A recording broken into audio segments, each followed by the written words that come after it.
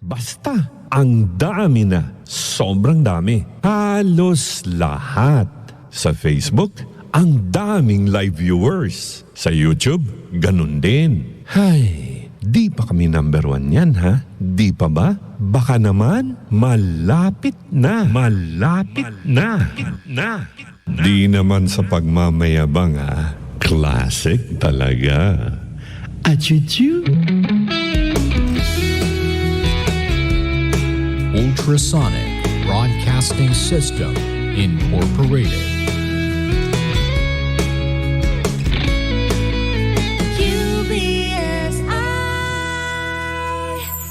UBSI. Informing and entertaining Filipinos since 1998. Energy, energy, energy, energy!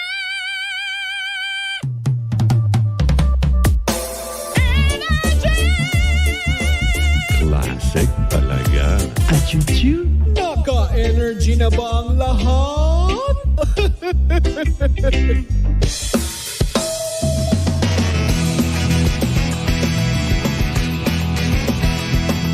Ang pinakasigat na FM. Energy FM. Araw at gabi mo'y tunay na sasaya dito. Sagot namin, tugtugan, kantahan. Walang patid na tawanan at kulitan. Huwag mong sabihin radyo, sabihin mo number 1 Energy. Ito ang number 1, 06.7 Energy FM.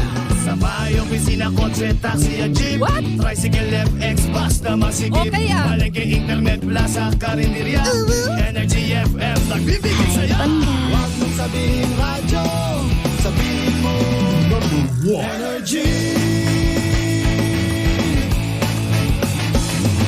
Pangga, energy kaibigan mo. Pangga, energy ang numero 1. Agad tumango na at isigaw mo. Same, pero iba. Huwag mong sabihin radyo, sabihin mo energy. Naka-energy na ba ang lahat? Lagi. Cheers, miss! Dabaglita!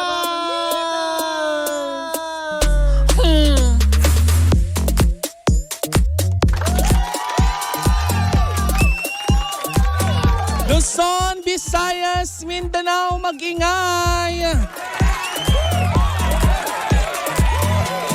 Magandang morning, Metro and Mega Manila! Ngayon ay Wednesday, December 20, 2023. 5 araw na lang bago magpasko. Ikaw ba pang gaano bang mga ginagawa mo bago magpasko? Ikaw ba ay may mga ritual na ginagawa? Ikaw ba ay nagpapahid ng langis? Charing, hindi ka aswang for today's video. Pero ang sigurado natin ay tiyak na naging masaya Pangga. At magiging masaya ang pagdiriwang ng Pasko ng ating kababayan na nanalo. Nanalo saan? Hindi sa pageant. Nanalo sa 649 Lotto ng PCSO. Tama ang isinisigaw ng bayan. May nanalo na ng 310 million Super Lotto sa 649 Lotto. At para sa mga hindi nakakaalam, kasi baka nanalo ka din, hindi mo alam ha. Ito ang mga winning combination or winning numbers sa 649 Lotto. 30, 16, 33, 12, 29 at 25. Apakabongga ng 310 million. Ikaw Pangga, kung nanalo ka ng 310 million, ano bang bibilhin mo? Ako siguro bibili ako ng ayoko. Charis. Bibili ako ng matigas.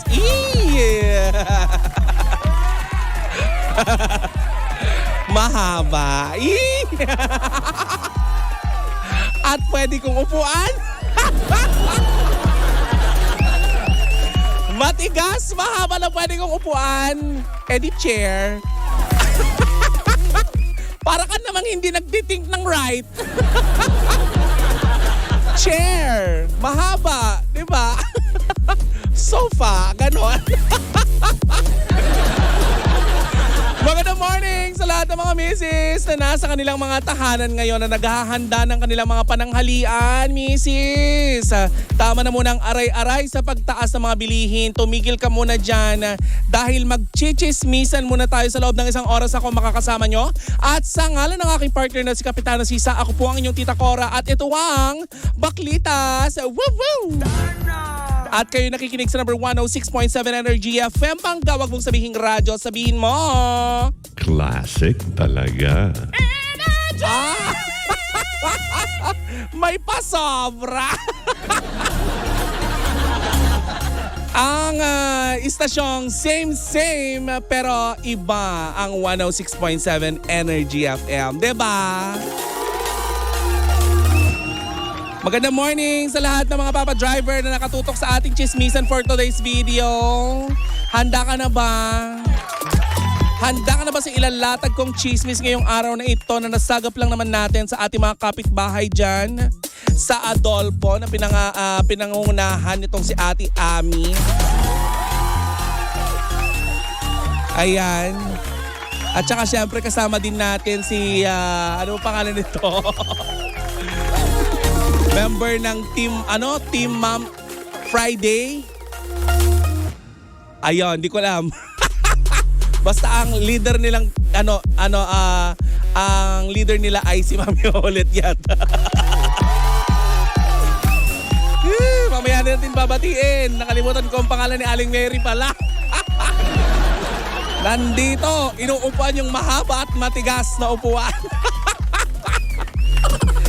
O eto na, chika ko for today's video na talaga namang bumulabog sa internet world kahapon at sa kamalayan ng mga Pilipino. Kamalayan ng mga Pilipino, kala mo naman national issue.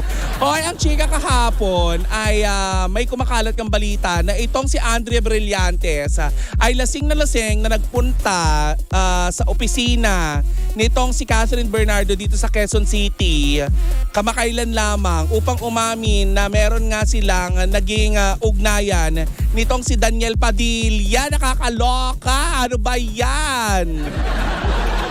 Ayon nga sa ating source, para namang hindi magugustuhan niya ng PIDEA. Source. Hindi ka nagtitink ng right. So eto na nga. Ang chika nga ng ating source, itong si Andrea Brillantes nga, ay nagpunta dito kay Catherine Bernardo upang nang sa ganun ay aminin daw di umano ang naging ugnayan nila nitong si Daniel Padilla. Ayon din sa ating source, lasing na lasing daw na nagpunta ito kamakailan. Ayan, bago pumutok ang lahat-lahat, bago maghiwalay. 'Di ba? Itong si Catherine Andrea Brillantes at umamin nga ito kay kay Catherine Bernardo na nagkaroon sila ng ugnayan ni Daniel Padilla at ang lahat ay nagsimula daw di umano nitong last birthday daw ng kanyang ina, ng nanay nitong si Daniel Padilla na si Carla Estrada last November 2021. Sa hindi matukoy na dahilan, bakit nandoon itong si Andrea Brillantes di umano? So, ang mga netizen may i-judge kaagad ang chika nila, baka daw kinukonsente nitong si Ma'am si Carla. Pero no, dahil hindi daw di umano alam din nitong si Ma'am si Carla na nandun si Andrea sa bahay ni Daniel. Sa mga pangga natin na hindi nakakaalam, nasa iisang compound lang itong bahay ni Ma'am si Carla at saka ni Daniel, magkatabi lamang. As in, ang kulang na lang yata nila ay connecting door. 'Di ba? So yun na nga ang chika, lasing na lasing daw di umanong tumawag itong si Andrea Brillantes dito kay Catherine Bernardo at chinika daw niya na ate baka pwede kita makausap, chuchu. So nagumora daw itong si Andrea Brillantes at inamin mismo niya dito daw kay Catherine Bernardo na may ugnayan sila ni Daniel Padilla. Ipinabasa din di umano nitong si Andre Brillantes dito kay Catherine Bernardo ang kanila naging palitan ng chika nitong si Daniel Padilla, ang kanilang mga landian. Ay, landian. Parang yung kilala ko napakalandi. Ay, so malayo na siya sa atiyan. Charing. Hoy, eto na nga. Yun na nga ang chika for today's video. Pinabasa daw ni itong si Andre Brillantes, yung chika na landian nila ni Daniel Padilla. At eto nakakaloka, Bev. 'Di ba nagkaroon ng hiwalayan sa pagitan nitong si Andre Brillantes at nitong si Seth Pedelin? Naalala mo ba 'yon, Bev? Naalala mo? Ang nakakaloka at nakakagimbal na balita alam pala ni Seth Pedelin ang nangyari dito kay Daniel Padilla at dito daw kay Andre Brillantes. Nalilito ako Ayon sa ating source, naka-cool off daw di umano last 2021 itong si Seth Pedelin at saka si Andre Brillantes nung mangyari yung pagpunta ni Andre Brillantes sa bahay ni Daniel Padilla. So, nabuking nitong si Seth Pedelin matapos niya mabasa daw di umano yung palitan ng mensahe nitong si Daniel Padilla at saka ni Andre Brillantes. At agad-agad, Ma'am Shi, wala pa tumpik-tumpik, naghiwalay ang dalawa. Pero yun na nga ang chika, hindi pa rin natin sure kung totoo itong mga lumalabas na mga balibalita na to. Sino ba naman tayo para mag-confirm? Chismosa lang din naman tayo, 'di ba? Pero lagi natin tatandaan, walang usok kung walang apoy. Pero syempre mag-aabang-abang pa rin tayo kung anong kahihinat na ng mga balibalitang ito. Pero eto na nga, segwehan ko na lang din. Lalong lumalala at lumalaki itong issue nitong si Daniel Padilla at saka nitong si Catherine Bernardo. Matapos nga, di ba, kung maalala nyo kahapon na pagtsikahan natin, matapos nga sagot-sagutin nitong si Alora Sasa, yung isang netizen tungkol doon sa pakikisawsaw daw di umano niya dito sa pagitan ng issue nitong si Daniel Padilla at saka nitong si Catherine Bernardo. Di umano'y clout chaser daw itong si Alora Sasa dahil nga may chika siya doon, may comment siya doon na kung alam mo lang kung anong nalalaman ko, baka hindi ka mag-comment ng ganyan earns. Ang sigaw ng sambayan ng Pilipino kay Alora, anong nalalaman mo? Bakit hindi mo lang i-chika, wag mo kaming bilibitin? I-chika mo na dali. Ay, iba pala yun. Kay Papa OG Diaz pala yun. Baklitas pala tayo. Alora Sasa, ano nalalaman mo? Bakit hindi namin alam? Naku, nakakaloka yan Kung totoo man itong napapabalita na nagpunta itong si Andrea Brillantes dito sa bahay ni Daniel Padilla at nagkaroon sila ng hindi natin alam kung sila ba ay nag-jack and poy. Nag-poy and jack. Oy! Naku, nakakaloka yan. At ang nakakaloka nun, yung chika na nagpunta mismo itong si Andre Brillantes sa opisina nitong si Catherine Bernardo at nagkausap sila. Eto pa, Bev, may chika pa na di ba nung Star Magic Ball, hindi sila magkatabi ni Daniel? Hindi magkatabi si Catherine tsaka si Daniel. Bev, may chika sa ating yung source natin, hiwalay na daw sila noon.